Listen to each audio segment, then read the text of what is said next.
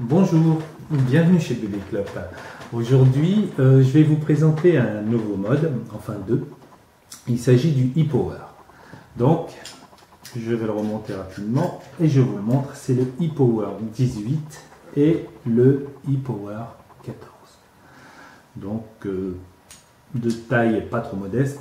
Je vais vous montrer la différence avec un Ego 900 mAh et un atomiseur normal. Donc on peut voir la différence, hein. Avec le e-Power 14, on est à peu près, pas tout à fait, mais légèrement plus grand qu'un Ego 900 mAh. Par contre, on voit nettement la différence avec le e-Power 18. Donc, pourquoi? Évidemment, le e-Power 18 joue sur le secteur de l'autonomie. On a dedans un accumulateur 18-650, donc 18 mm de diamètre, 65 mm de long à peu près.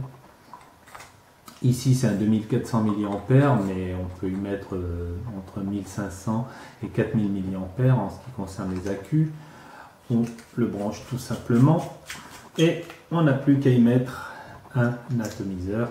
Ici je mets un cartomiseur qui passe largement dans le cachetto. Un petit test rapide.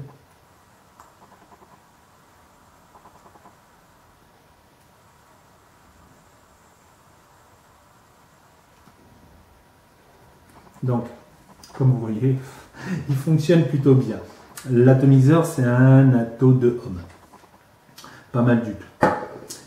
Il existe ce e-Power 18 en version noire ou en version chromée. Donc, je vous le mets. Toujours un petit peu de bruit, vous pouvez l'entendre. Hein. Il vaudra mieux mettre un petit peu de Nalox.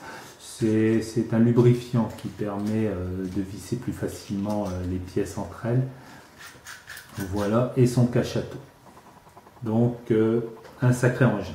Pour le e-Power 14, par contre, qui est un petit peu plus petit, disponible également en deux couleurs, cette fois c'est acier ou noir.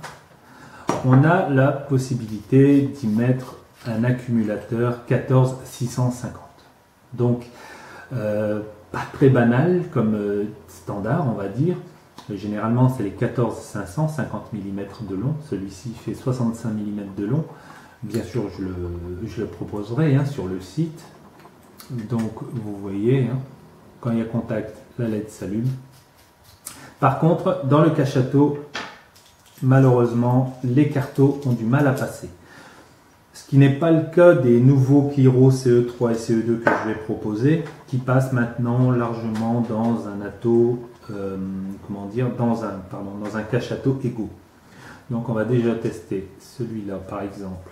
Les nouveaux Cliro CE2 dans le cachetto, ça fonctionne très bien, il n'y a pas de souci.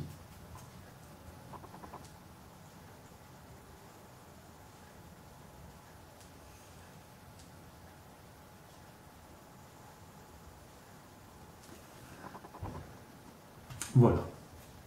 Celui-là, c'est un CE2 2,6 ohms.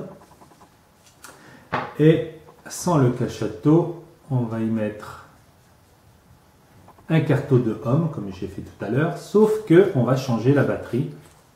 Évidemment, on n'a pas toujours sous la main une batterie 14650 qui peut tomber en panne, ma foi. Donc, si on a une batterie 14500, on peut faire avec, tout simplement avec un ressort que je fournirai. Donc c'est tout bête, il suffit de le mettre à l'intérieur, hop, on appuie. Quand on va mettre la batterie, en fait en pressant dessus, on va stabiliser le ressort, on revisse et on vérifie.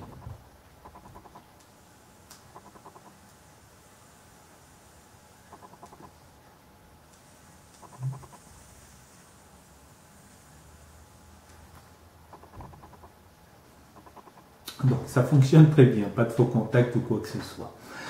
Désolé si j'utilise le terme batterie, en fait le vrai terme ce sont des accumulateurs, désolé monsieur Snooker, hein, c'est l'habitude.